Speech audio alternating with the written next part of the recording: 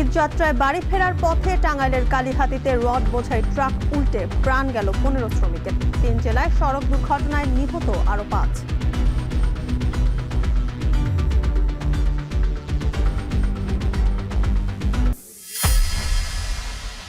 রাজধানী ছাড়ছে ঈদে ঘরমুখ মানুষ। সকালে কমলাপুর থেকে ট্রেন ছেড়েছে কিছুটা দেরিতে।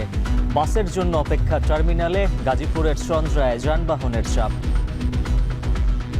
ঘন্টা 2 লাগতে পারে, গাড়ি আসবে, লাইনের যে ভিড় এটা অনেক সময় লাগবে।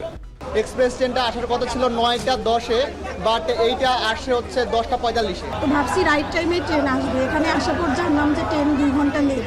তো আমাদের অনেক কষ্ট হয়েছে।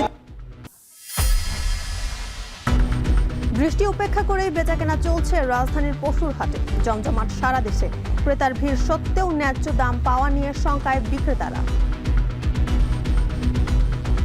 ওনারা বলতেছে আমরা কিনে আনছি, আঙ্গুর লস যাইতেছে। আমরা যে টাকা কিনে নিয়েছি গ্রাম থেকে সে টাকা বেচতে পারতেছি না, আমাদের অনেক লস। জাতীয় ঈদগাহে প্রধান জামাত সকাল 7:30টায়। অংশ নেবেন রাষ্ট্রপতি, প্রধানমন্ত্রী। প্রস্তুতি পরিদর্শনে ডিএসসিসি প্রশাসক। কোরবানির 8 ঘন্টার মধ্যে বর্জ্য অপসারণের আশ্বাস।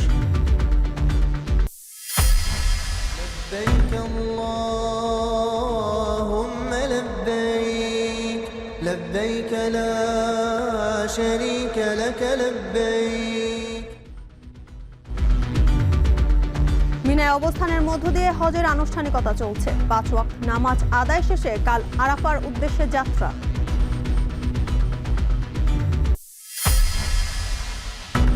লক্ষ্যমাত্রার চেয়ে স্বাস্থ্যমন্ত্রী বেশি টিকা দেওয়ার দাবি করলেও হামে থামছে না মৃত্যুর মিছিল। আজও সারা দেশে মারা গেছে 6 শিশু।